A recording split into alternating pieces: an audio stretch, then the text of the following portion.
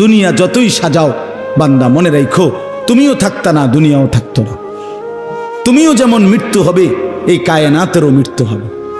এই দুনিয়ার প্রত্যেক মানুষের মৃত্যু হলে সেটারে মৌত বলে, আর একদিন গোটা সৃষ্টি জগতের মৃত্যু হবে সেটারে কিয়ামত বলে। সেটারে কিয়ামত বলে। কেউ থাকবে না, আল্লাহ কথাটা বারবার মনে করাইছে। তোমার যেমন মৃত্যু হবে, সৃষ্টি জগতেরও মৃত্যু হবে। ইজাস সামাউন ফাতারাত ওয়া ইদাল কাওয়াকিবুন তাসারাত। আল্লাহ বলেছেন ইজাস শামসু কুফিরাত।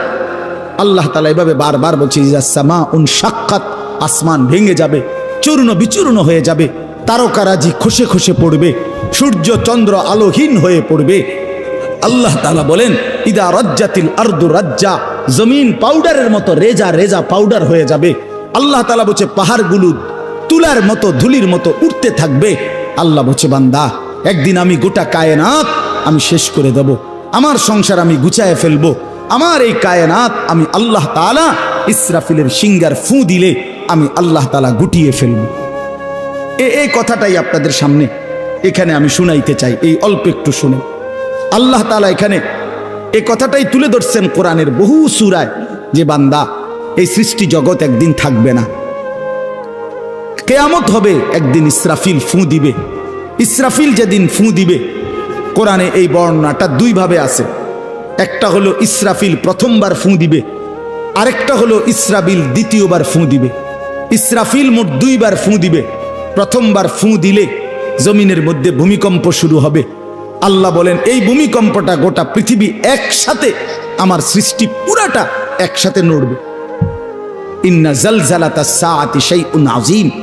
আল্লাহ বলেন বান্দা দুনিয়ায় বহু ভূমিকম্প তুমি দেখছো, তবে মনে রেখো কিয়ামতের ভূমিকম্প, ইসরাফিল ফু দিলে প্রথম যে ভূমিকম্প হবে, কিয়ামত সংঘটিত হওয়ার জন্য, গোটা সৃষ্টিটা ভেঙে চুরে যাওয়ার জন্য, সেটা হবে বড়ই ভয়ানক। সেটা বড়ই ভয়ানক।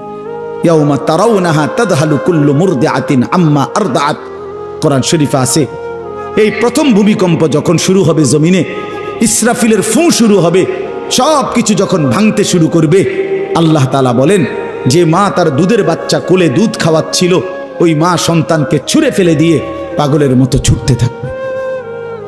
ওয়াতাদাউ কুল্লু যাতি হামলিন হামলাহা, যে মায়ের পেটের বাচ্চা 10 মাস পূর্ণ হয়ে গেছে, এই আর ঘন্টা 2-4 ঘন্টা পরে বাচ্চাটা প্রসব হবে। আল্লাহর কসম, আল্লাহ কোরআনে বলছে সেই গর্ভধারিণী মা 10 মাস যে তার সন্তানকে গর্ভে লালন করেছে, ইসরাফিলের ফু দিলে জমিনের কম্পন যখন শুরু হবে, ভূমিকম্প, তখন এই গর্ভধারিণী মা এভাবে দৌড়বে, এভাবে ছুটবে, নিজের বাচ্চা নিজের থেকে খালাস হয়ে পড়ে যাবে, বা ফিরেও তাকাবে। ও তারা নাসা সুকারা, আল্লাহ বলে সমস্ত মানুষগুলো বাতালের মতো দৌড়তে থাকবে। এইভাবে সব কিছু কাঁপতে কাঁপতে সব কিছু কিছু দূর গিয়া গিয়া ভাঙ্গা ভাঙ্গা পড়বে, মুখ থুবড়ে পড়বে। তো আল্লাহ রাসূল সাল্লাল্লাহু আলাইহি সাল্লাম বলেন সমস্ত কিছু এই সৃষ্টি জগতের যা আছে আল্লাহ ব্যতীত সব কিছুই প্রথম ফুঁয়ের পরে কাঁপতে কাঁপতে ভূমিকম্পের মতো হয়ে জমিনের তলদেশে চলে যাবে। মাটির উপরে তখন একটি সুতা আর থাকবে না, আর কিছুই না। এই হলো কিয়ামত, প্রথম ফু, প্রথম ভূমিকম্প। নির্দিষ্ট একটা সময় পরে আবার আল্লাহ তাআলা ইসরাফিলকে জীবিত করে আবার বলবেন আরেকটা ফু দাও, একটি নির্দিষ্ট সময় পরে। সেই সময়টা কতদিন? হাদিসের একটি বর্ণনা থেকে, নবীজির একটা বর্ণনা থেকে মুহাদ্দিসিনে কেরাম বলছে এই দ্বিতীয় ফু আর প্রথম ফুর মাঝখানে, প্রথম ফুতে সব কিছু যখন কবরে চলে যাবে, তখন হতে পারে দ্বিতীয় ফু দিতে দিতে মাঝখানের সময় 40,000 বছর। আমার বন্ধু, আমার বাপ, আমার ভাই, রাত হইছে, কষ্ট সবাই করতেছেন, এতটুকু তো ভাবেন সর্বশেষ যেই লোকটা কবরে যাবে, শেষ হতে পারে তাকে কবরেই থাকতে হবে 40,000 বছর। তো এখন যারা মরতেছে তারা কবরে আছে আজকে কত বছর? নবীজি সাল্লাল্লাহু আলাইহি সাল্লামের জামানায় যারা মারা গেছে তারা আজকে কতদিন কবরে? ওই নূহ আলাইহিস সালামের জামানায় যারা মারা গেছে তারা আজকে কতদিন কবরে? ভেবে দেখেন। আচ্ছা, এই শেষ লোকটাই যদি 40,000 বছর থাকতে হয়, আর যদি কবরের আযাব হয়, তার কি পরিমাণ কষ্ট পাবে সে, কি পরিমাণ কষ্ট পাবে। আল্লাহ রাসূল সাল্লাল্লাহু আলাইহি সাল্লাম বলেন, কবরের প্রথম শাস্তিটা কি? কোন ব্যক্তি যখন কবরের প্রশ্নের জবাব দিতে পারবে না, তখন আল্লাহর পক্ষ থেকে ফেরেশতাদেরকে বলবে, কাযাবা আব্দি, আমার বান্দা মিথ্যা বলেছে। ফাআফরিশুহু মিনান নার ওয়ালবাসুহু মিনান নার ওয়াফতাহু লাহু বাবান ইলান নার। আল্লাহ বলবে ফেরেশতাদেরকে, ফেরেশতারা আমার এই নাফরমান বান্দার কবরের মধ্যে জাহান্নামের বিছানা বিছিয়ে দাও, আগুনের পোশাক পরিয়ে দাও, আর জাহান্নাম বরাবর তার জন্য একটা দরজা খুলে দাও। এরপরে নবীজি বলছেন, ফেরেশতারা এই ব্যবস্থাপনা করে, আল্লাহর কসম বাফ, নবীজি বলছেন ফেরেশতারা যখন চলে যাবে, এই আগুনের বিছানা বিছাইয়া, আগুনের পোশাক পরাইয়া, আর জাহান্নামের দরজা খুলে দিয়ে যখন কবরে রেখে এই নাফরমানকে রেখে যাবে, তখন আল্লাহ নবী সাল্লাল্লাহু আলাইহি সাল্লাম বলেন, প্রথম মুহূর্তেই ফেরেশতা চলে যাওয়ার সাথে সাথে মাটি ডান দিক থেকে এই নাফরমানকে একটা চাপ দিবে, বাম দিকে ডান পাশের হাড্ডি পাঁজর ভাঙ্গা বাম দিকে চলে যাবে। বাম দিকের মাটি ডান দিকে চাপ দিবে, তো বাম দিকের হাড্ডি পাঁজর ভাঙ্গা ডান দিকে চলে আসবে। আল্লাহ আমাকে মাফ করে দেন। আল্লাহুম্মা ইন্নী আউযু বিকা মিন আযাবিল কবর। নবী সাল্লাল্লাহু আলাইহি সাল্লাম 5 ওয়াক্ত নামাজের পরে, আল্লাহর কসম বন্ধু, প্রতিদিন 5 ওয়াক্ত নামাজের পরে নবীজি কবরের আযাব থেকে পানাহ চাইতেন। প্রতিদিন হযরত উসমান রাদিয়াল্লাহু তাআলা আনহু কবরের সামনে দাঁড়াইলে এই পরিমাণ কাঁদতেন, হাত্তা ইয়াবুল্লা লিহিয়াতাহু। হাদিসে আছে কিতাবে যে তার দাড়িগুলো ভিজে ভিজে যাইত, দাড়ি ভিজে যাইত, এই পরিমাণ কাঁদতেন কবর দেখলে। এরপরে তো সামনে ভাইয়া, বিষয়টাকে হালকা মনে করেন না। বাবারা আমার, ছেলেরা আমার, বিষয়টাকে দোস্ত আমার, হালকা মনে করেন। এই বেনামাজি জিন্দিগি কষ্ট পাইবেন, এই বেহায়ার জিন্দিগি কষ্ট পাইবা বাপ। আমি বলছিলাম আরেকটা কথা আল্লাহ নবী বলবে, একটা কথা তো আল্লাহ বলছে, বান্দা আমি আর কতবার বললে, কেমনে বললে, আমি এর চাইতে দামি আর কোন কথা নাজিল করলে তুমি আমারে মানতা। আর নবীজি বলবে হাসরের ময়দানে, নবী বলবে, উম্মত তুমি জানো, হাদিসের তাফসীরের মধ্যে আছে, প্রত্যেক ব্যক্তি, আল্লাহ বলছে নবীকে, আমাদের নবী সাল্লাল্লাহু আলাইহি সাল্লামকে, বন্ধু আপনারে সামনে রাইখা আপনার উম্মতের আমল নামা আমি আপনারে সামনে রাইখা খুলমু। নবী সাল্লাল্লাহু আলাইহি ওয়াসাল্লাম যখন উম্মতের আমল নামা খুলে দেখবে, খোদার 365 দিনে কোনো দিন ফজরের নামাজের সেজদা নাই, 30 বছর সুদের ব্যবসা করছে, 50 বছর মিথ্যাই বলে গেছে, হারাম রোজগারি করেছে, 30 বছর যাবত মহিলাটা কোনো পর্দা করে নাই, ঘরের মধ্যে কোনো দিন শরীয়ত বলতে কিছু নাই।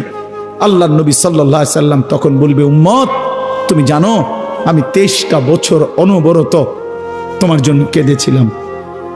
আমি সেই নবী, যে নবী সারা রাত এশার নামাজের পরে দাঁড়াইছি ফজরের আজান পর্যন্ত, এক দাঁড়ানোতে চোখের পানি ফেলে উম্মতের জন্য দোয়া করছিলাম।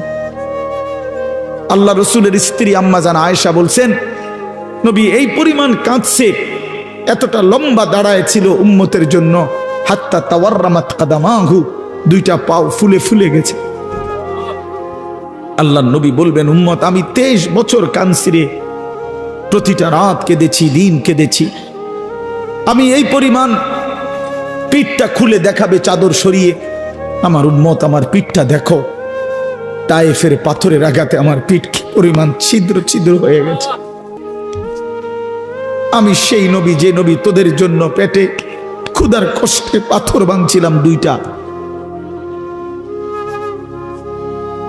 আমি উহুদের ময়দানে দান দান শহীদ করে রক্ত মাখা শরীর নিয়ে বেহুশ হয়ে লম্বা সময় পড়েছিলাম। আমার ঘরের চুলায় 3 মাস, হাদিসে আছে আম্মা জান আয়েশা বলছেন, নবীজির ঘরে আমরা 9 জন বিবি, উনি বলছে আল্লাহর কসম 3 মাস, কোনো দিন টানা 3 মাসে কোনো দিন আমাদের ঘরের চুলায়, 9 জন বিবির ঘরে কারো ঘরের চুলায় কোনো দিন আগুন জ্বলে না। 3 মাস খেজুর আর পানি দিয়ে আমরা জিন্দেগি কাটাইছি।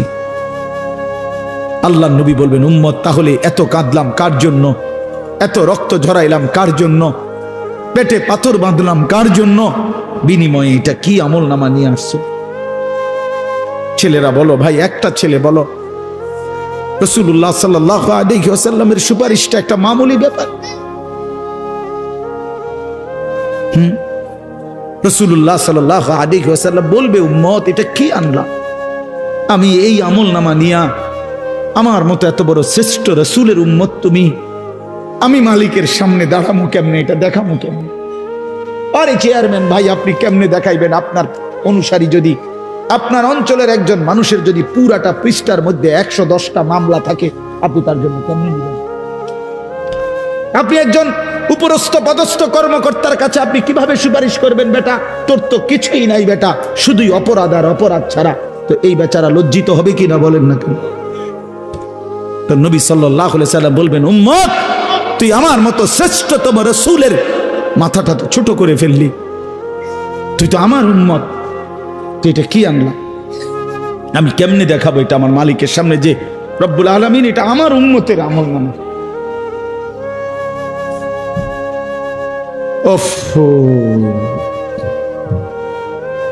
চলেন ভাই,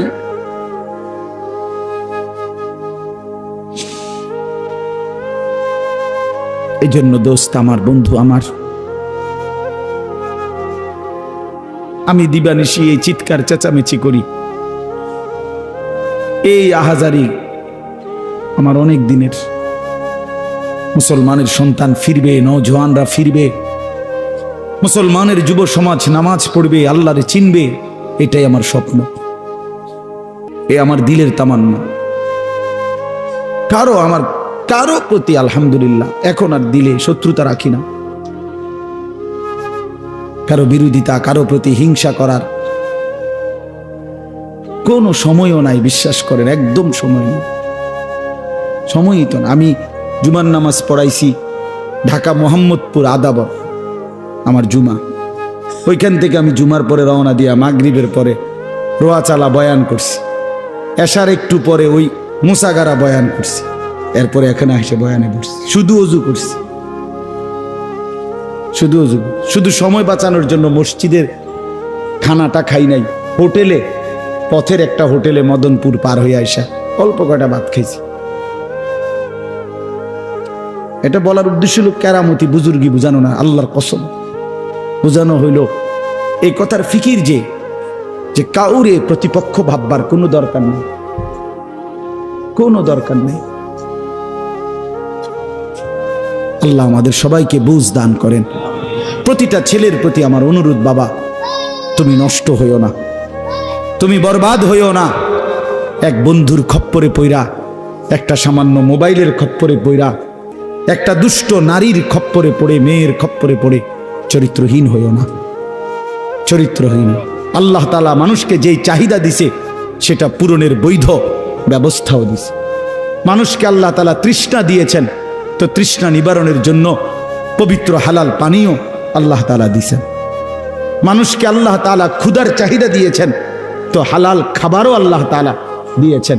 তো মানুষের লজ্জাস্থানের যেই চাহিদা, শাহওয়াত, যৌন চাহিদা, এটা আল্লাহ তাআলা দিয়েছেন, তো এটা পূরণের জন্য হালাল স্ত্রী আল্লাহ প্রত্যেক পুরুষের জন্য ব্যবস্থাও রেখেছেন। কেন নষ্ট হইবে? চরিত্রহীন হইবা কেন? উলঙ্গ ছবি আর নর্তকীর পিছনে জীবন শেষ করে দিবা কেন? কি দুঃখে বন্ধু নষ্ট হইলা বলো? অনেক ছেলে তো এখানে বসছো মাশাআল্লাহ, কিন্তু অনেক ছেলের চেহারা দেখলেই বোঝা যায় ভাইয়া নামাজ পড়ো না, চেহারায় সেজদার চিহ্ন নাই। দোস্ত আমার, চিহ্ন নাই। আল্লাহ আমাদেরকে মাফ করে দেন। তো আল্লাহ তাআলা বলেন, ইসরাফিলকে আল্লাহ দ্বিতীয়বার উঠাবে, উঠাইয়া বলবে, ইসরাফিল আবার ফুঁ দাও। এই আবার ফুঁ দিলে এবার আবার জমিন কাঁপতে শুরু করবে দ্বিতীয়বার। তো প্রথমবার ফুঁ দেওয়াতে জমিন কাঁপতে কাঁপতে সব কিছু কই গেছিল? নিচে, মাটির নিচে। মাটির উপরটা কি? খালি, ফাঁকা না? এইবার দ্বিতীয়বার যখন ইসরাফিল ফুঁ দিবে, মাটি কাঁপতে কাঁপতে ভূমিকম্প শুরু হলে এবার জমিনের সমস্ত কিছু ভিতরে যেগুলো ছিল সব কিছু জমিনের উপরে উঠে আসবে, একেবারে একটা সুতা সহ। গরু, ছাগল, মানুষ, জিন, স্বর্ণ, রৌপ্য, হীরা, মণি, মুক্তা, জহরত, সব সব সব, শুধু মানুষ না, একেবারে সব কিছু, একেবারে আদম আলাইহিস সালামের জামানা থেকে ইসরাফিলের ফু পর্যন্ত যত কিছু মাটির তলে গেছে সব মাটির উপর উঠে আসে। ইদা জুলজিলাতিল আরদু জিলজালাহা, আল্লাহ তাআলা বলেন এই দ্বিতীয়বারের ভূমিকম্প জমিনে যখন হবে, ওয়া আখরাজাতিল আরদু আসকালাহা, জমিন তার তলদেশ থেকে তার ভেতরে যা কিছু বোঝা জমিনের মধ্যে ছিল সব কিছু সে জমিনের উপরে তুলে দিবে। তুলে দিলে তখন তাফসীরের মধ্যে আছে এই যে স্বর্ণ, রৌপ্য, মণি, মুক্তা, টাকা পয়সা, হীরা, জহরত, অর্থ সম্পদ, এগুলোর স্তূপ থাকবে। আশ্চর্য কথা শোনেন, সরাসরি হাদিসে আছে, নবীজি বলছেন এই স্বর্ণ, রৌপ্য, মণি, মুক্তাগুলো তখন আল্লাহর কুদরতে কথা বলবে। এইগুলা, এই অর্থ সম্পদগুলা, মানুষের যে অর্থ সম্পদ, এগুলো কথা বলবে। কি কথা বলবে? চোরেরে ডাক দিবে, আইনা সারিক, এই চোর, এদিকে বাটফার, এদিকে এই সম্পদের জন্য চুরি করেছিলি, আজ যা দরকার নেই। আইয়ুহাল কাতি, এই ডাকাত, এদিকে এখান থেকে নে, এই সম্পদের জন্য ডাকাতি করছি, নে এখন নে। সরাসরি হাদিস আছে, রাসূলুল্লাহ সাল্লাল্লাহু আলাইহি ওয়াসাল্লাম বলছেন এই অর্থ সম্পদ ডাক দিয়া বলবে, হে আত্মীয়তার সম্পর্ক ছিন্নকারী বেঈমান, এদিকে এই সম্পত্তির জন্য আপন ভাইকে বঞ্চিত করছিলি, আপন চাচাকে বঞ্চিত করছিলি, আপন ভাতিজারে বঞ্চিত করছিলি, এর জন্যই আত্মীয়তার সম্পর্ক ছিন্ন করেছিলি, এখন নে যা লাগবে নে, হারাম কর এখন নে, সুদখোর কত টাকা দরকার তোর এখন নে। আল্লাহর কসম, মানুষ পাগল হয়ে যাবে, অবাক হয়ে যাবে। আর এটা কি? এই এরপরের আয়াত, ওয়াকালাল ইনসানু মা লাহা, লোকেরা বলবে এটা কি হলো, আরে এটা কি কারবার, এগুলো কথা কয় কেমনে, এগুলো কয় কি, এগুলা মানুষ সব অবাক হয়ে যাবে, বলবে একে অপরে মা লাহা, জমিনের কি হলো, এগুলোর কি হলো, এগুলো কথা বলছে কেন, এগুলো কি বলতেছে এগুলো? অর্থাৎ কেউ তো কিছুই নিবে না, নিবে কিছু, কথা বলেন না কেন কারো কোনো। তো এবার আল্লাহ বলেন ইয়াউমা ইদিন তুহাদ্দিসু আখবারাহা, আল্লাহ বলে বান্দা অর্থ সম্পদগুলো কথা বলছে দেখে অবাক হইলা, এখনো না দেখবা আসল খেলা, এখনো না দেখবা মেন খেলাটা, যে এখন দেখবা তোমার পায়ের নিচের জমিন, তোমার পুরা জিন্দেগির ভালো মন্দ সমস্ত কিছু তোমার সামনে আমি আল্লাহর সামনে বলে দিব। এখন শুনবে, এই জমিন তোমার ভালো মন্দ কথা বলবে। ইয়াউমা ইদিন তুহাদ্দিসু আখবারাহা, তোমার প্রতিটা মিনিট সেকেন্ড একাকী প্রকাশ্য, ঘরে বাহিরে, লোকালয়ে, আলোতে, অন্ধকারে, রাত গভীরে, দিনের আলোতে, তুমি যা ভালো করেছো তাও বলবে, তুমি যা মন্দ করেছো তাও বলবে। রাত গভীরে তাহাজ্জুদের নামাজ পড়ছিলা, এই জমিন এখন বলবে রাত গভীরে জিনা ব্যভিচার, মদের আড্ডা, জুয়ার আড্ডায়, নারীর আড্ডায় পড়েছিলা, এটাও এখন বলবে। শুনবে, এখন শুনবে। তখন লোকেরা বলবে হায়, জমিন কেমনে কথা বলে, সম্পদ কেমনে কথা বলে। তো আল্লাহ বলেন বিআন্না রাব্বাকা আওহা লাহা, এজন্য বলে যেহেতু আল্লাহ তাআলা আদেশ করেছে। আল্লাহ আদেশ করলে তার গোটা সৃষ্টি কথা বলে, তাহলে মূলত জিহ্বায় কথা বলে না, আল্লাহ আদেশ করলে গোশতের এই টুকরাটা কথা বলে। নাহলে যেই লোক, আপনারা কোনো বোবা দেখছেন, কথা বলেন না, বোবা মানুষ দেখছেন কখনো? তো বোবা মানুষের তো জিহ্বা নাই, ঠিক না? আছে না? আছে কিনা বলেন না? তো হে কথা কয় না কা, কথা বলে না কা কেন, মানে কথা বলে না কেন, মানে জিহ্বা তো আছে কিন্তু কথা বলে না। বুঝা গেল কি? আল্লাহর হুকুম হলে কথা বলে। যে কানে শুনে না, তার এখান দিয়ে এরকম কান নাই, তো হে শুনে না কান, তাহলে কানে দিয়ে শুনে না, আল্লাহর হুকুম হইলে শুনে। যে অন্ধ, সে তার কি এরকম চোখ নাই, তো হে দেখে না কান। মূলত আল্লাহর হুকুম হলেই চোখে দেখে, নাইলে দেখেন। তো ঠিক আল্লাহর হুকুম হইলে গোশতের এই টুকরাটা যদি কথা বলতে পারে, আল্লাহর হুকুম হইলে গোটা সৃষ্টিও কথা বলতে পারে, গোটা সৃষ্টিও কথা বলতে পারে। এবার আসেন, এই শেষ ইয়াউমাইদিন ইয়াসদুরুন নাসু আশতাতাল লিয়ারাউ আমালাহুম, ফেরেশতারা সমস্ত মানুষকে দলে দলে দলে দলে গ্রুপ গ্রুপ করে ভাগ করে দিবে। আর এই ভাগে ভাগে লোকেরা নিজেদের পুরা জিন্দেগির আমলনামা দেখার জন্য, নেওয়ার জন্য নির্দিষ্ট জায়গায় যাবে। ফেরেশতারা বলবে যান, সামনে যান। সামনে গেলেই আপনার আমলনামা আপনি আপনার হাতে পাবেন, আপনি পড়বেন, আপনি দেখবেন, যান ওইখানে ফাইল দিতেছে, যান সবাই যান। এই দলে দলে মানুষ যাবে। এইবার আমলনামা যখন হাতে দিবে, আল্লাহ তাআলা বলেন ফামান ইয়ামাল মিসকালা যাররাতিন খায়রান ইয়ারা, এক বিন্দু ভালো যে করেছে সে তাও দেখতে পাবে।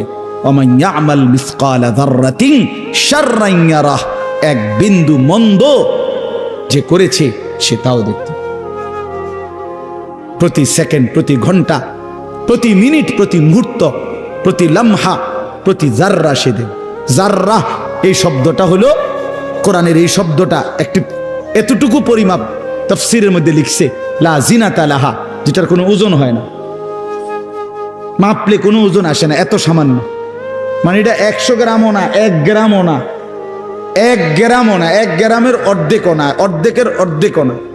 এটা অণুও না, পরমাণুও না, এটা ইলেকট্রনও না, নিউট্রনও না, প্রোটনও না, কিচ্ছু না। বিজ্ঞান তো এগুলো ভাগ করছে না, ভাগ করে করে আপনার অণু থেকে পরমাণু, পরমাণু থেকে এখন আরো ভাগ করছে। এই ইলেকট্রন, প্রোটন, নিউট্রন এগুলো ভাগ করতে করতে সূক্ষ্ম থেকে সূক্ষ্ম, সূক্ষ্ম থেকে সূক্ষ্ম বিজ্ঞান বাহির করতেছে। কিন্তু জাররা বলে যেটার কোনো ওজনই নাই, কিচ্ছু নাই, এটা এত সামান্য। মানে তুমি যেটারে কিছুই মনে করো নাই, আল্লাহ বলেন ওইটাই তুমি দেখবে, ওইটাই দেখবে। এই জন্য বাপ আমার শেষ রাত গভীরে এই কথাই, আমরা আমাদের একাকী কিংবা প্রকাশ্য, আমরা আমাদের রাত কিংবা দিন, ঘর কিংবা বাহির আড়াল করবার সুযোগ নেই। সুযোগ আছে ভাইয়া? ছেলেরা কাজেই রাতের 3টায় দুনিয়া ঘুমায়, আল্লাহ ঘুমায় না। অশ্লীল ছবি দেখো না। রাতের 3টায় মা ঘুমায়, বাবা ঘুমায়, মালিক ঘুমায় না। রাতের 3টায় মহল্লাবাসী ঘুমায়, কিন্তু আল্লাহ ঘুমায় না। আলাম ইয়ালাম বিআন্নাল্লাহা ইয়ারা, আল্লাহ বলে বান্দা তুমি জানো আমি কিন্তু সারাক্ষণ তোমাকে দেখি। কতক্ষণ? কতক্ষণ? আল্লাহ দেখেন কখন? সারাক্ষণ। এই জন্য আমরা প্রত্যেকে ইনশাআল্লাহ নিয়ত করি যে আমরা আমাদের আখিরাতকে ভাববো, ফিকির করব।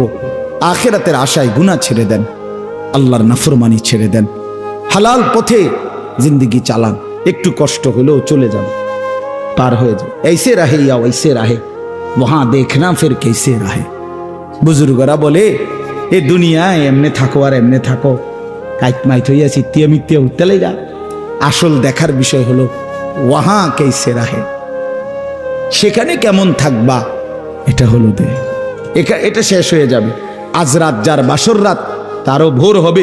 আজকের রাত যার জেলখানায় ফাঁসির রাত, তার রাতও কি হয়ে যাবে? অট্টালিকার মানুষটাও মরে যাবে, জীর্ণ কুঠিরের মানুষটাও মরে যাবে। কোনোদিন দুঃখ যে দেখে নাই সেই সুখী মানুষটাও কবরে চলে যাবে। কোনোদিন সুখ যে দেখে নাই সেও মরে যাবে। আমিও না, আপনিও না, বাবাও না, সন্তানও না, মাও না, কেউ না, কেউ থাকবে না, কেউ না, কেউ না। আজকে আমরা কবরবাসীদের স্মরণ করে দোয়া করি, এই আগামী 20 বছর 30 বছরের মাথায় আমাদেরকে স্মরণ করে, আমাদেরকে কবরবাসী মনে করে, আমাদের পরবর্তীরা মনে করে। এই না জিন্দিগি? কথা বলেন না, এই না জিন্দিগি? এই জন্য আমরা ইনশাআল্লাহ সবাই মিলে ফিকির করি নিজের ভালো, নিজের কল্যাণ। এতটুকু যদি কারো বিবেক না থাকে ভাইয়া, তো সে বুঝলো কি? এই জন্য নিজের ভালো দেখেন। ওয়ালা তুলকু বিআইদিকুম ইলা তাহলুকা, আল্লাহ বলছে বান্দা নিজেরে নিজে ধ্বংসের দিকে ঠেলে দিও না, নিজের এত বড় ক্ষতি করো না বান্দা। এই পৃথিবী তুমি গেলেও থাকবে।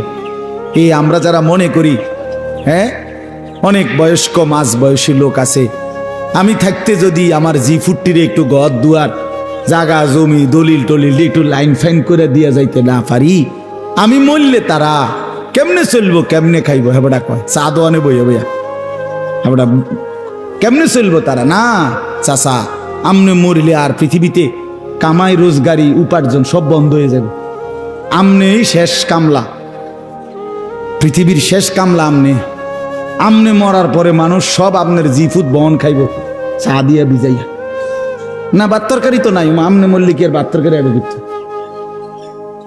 আমনে মরলে ইট বালু সিমেন্ট ভাত তরকারি চাল ডাল এটি পৃথিবীর থেকে ফেরেস্তারা নিবে এটি কথা হইল কোনো কথা বলেন এটা কোনো কথা হইল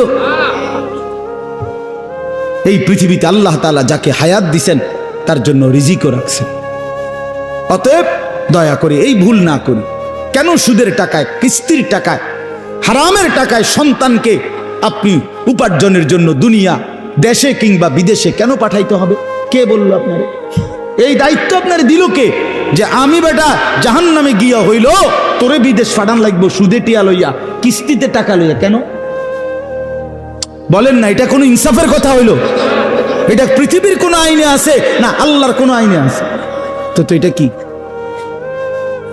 এটা হলো লুভি আমনে আবার কলজাটা খুললা চান আবার কলজার ভিতরে হলো লোভ এই জন্য আবার কিস্তি লইছে সুদ লইছে ফুতেরে টাকার মেশিন বানাইয়া পাঠাইছে বিদেশে যে তুই শুধু টাকা পাঠাইবি তোর চাচা জমি বেচবো তোর জেডায়ও জমি বেচবো উত্তর দিকের এন্দিয়া 10 শতক বেচবো হুঁচি টাকা রেডি রাখতে হইব নাই তো কি নাই তো কে বললো আপনারে হারামের মাধ্যমে আল্লাহর নাফরমানি করে স্ত্রী সন্তানের সংসার সাজাইতে এই সংসার সাজে না এই সংসার বরবাদ হয় আল্লাহ তাআলা আমাদেরকে বুঝ দান করেন চলেন হালালের উপরে চলি আল্লাহকে রাজি খুশি করে চলি 5 ওয়াক্ত নামাজের মাধ্যমে জিন্দেগি কাটাই বলেন আলহামদুলিল্লাহ।